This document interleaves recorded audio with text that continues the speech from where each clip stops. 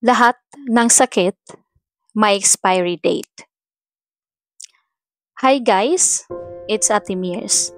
At ang kwentong ibabahagi ko ngayon ay nakuha ko mula sa online at ito ay isang true story. My whole life has been a pain. Minsan, nararamdaman kong parang hindi ako belong.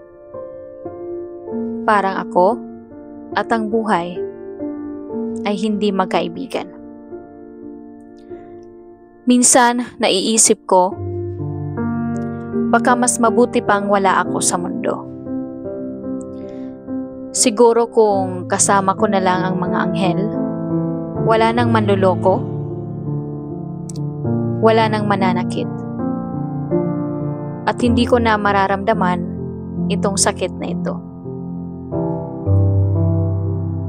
Pero hindi ko naman ginustong mamatay. Gusto ko lang sanang mawala yung sakit.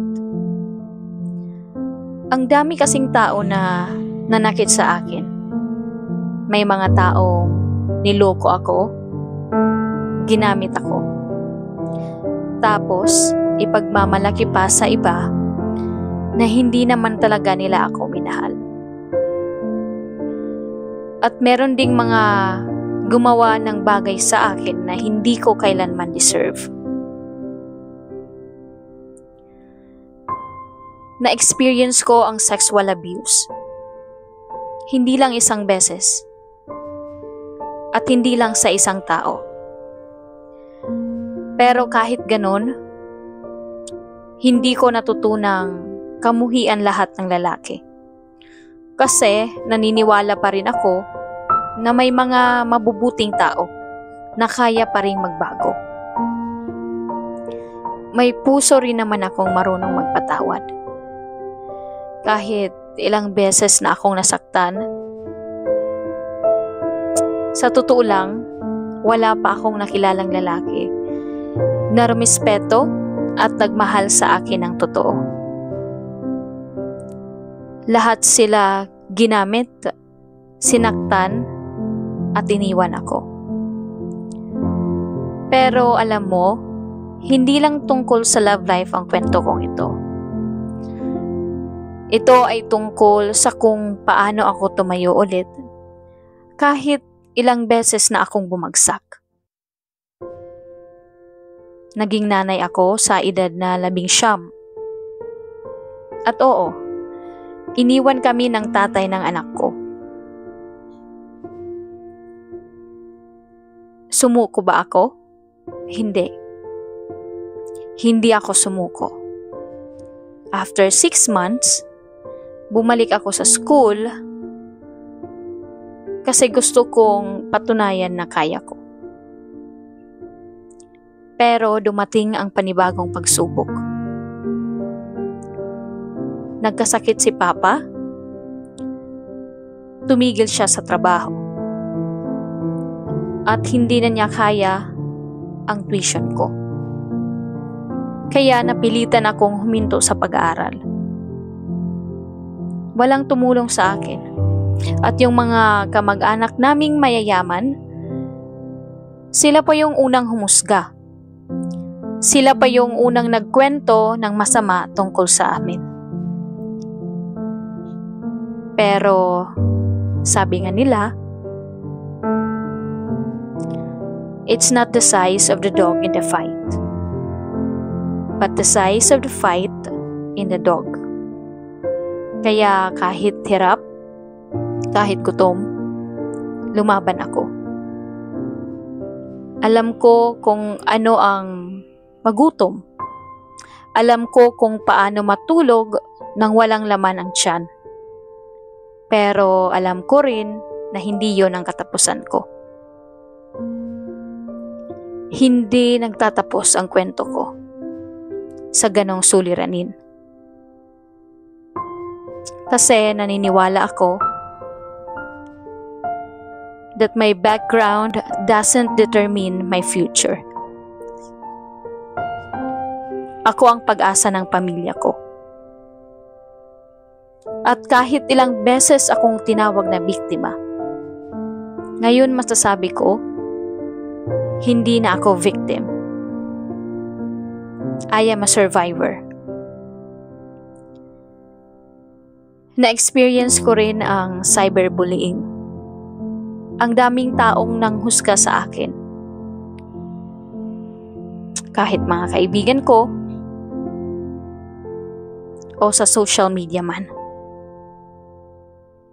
Pero, hindi ko hinayaang sirain nila ako. Mas tumibay ako at mas nakilala ko yung sarili kong lakas. May mga araw din na gusto ko nang sumuko. At minsan, pumapasok din sa isipan ko na baka mas mabuti nang mawala. Pero alam mo kung ano ang pumipigil sa akin.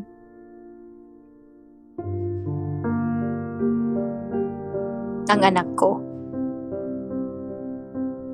Siya ang dahilan kung bakit ako lumalaban. Siya ang inspirasyon ko araw-araw. Ngayon masasabi ko, I am not a victim, but living proof that what doesn't kill you makes you stronger. So, masyadong mabigat yung pinagdaanan na may-ari ng kwentong ito. At sa mga nandyan, at kung sino man ang makaka-relate dito sa kwentong ito, well, gusto kong sabihin sa iyo na sa mga pinagdadaanan mo o sa mga pinagdaanan mo, hindi ka nag-iisa. Lahat tayo ay may iba't ibang pinagdadaanan sa buhay. Lahat ng sakit may hangganan. At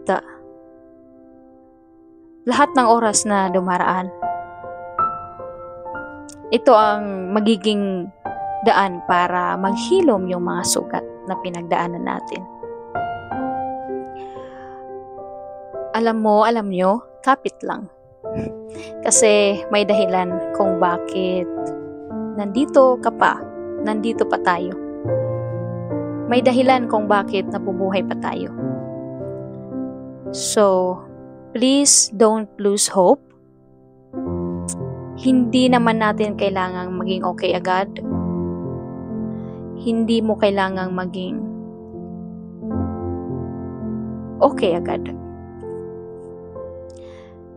Healing takes time.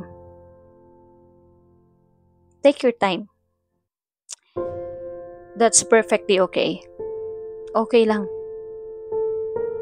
Hindi mo kailangang magmadali. Kasi kusang maghihilom yung mga sugat. So, surround yourself with those people who uplift you. Yung mga taong nagmamahal sa'yo, yung mga taong totoong sumusuporta sa'yo. Huwag mong hayaan na i-define ka ng nakaraan mo. Huwag nating hayaan na husgahan tayo kung ano yung mga pinagdaanan natin. Kasi alam nyo, you are not what happened to you. Hindi yun yung maghuhusga kung anong klaseng uri ng tao ka. O ano yung pagkatao mo. You are what you choose to become after it. So, kung pagod ka, kung pagod kayo, kung pagod tayo, magpahinga tayo.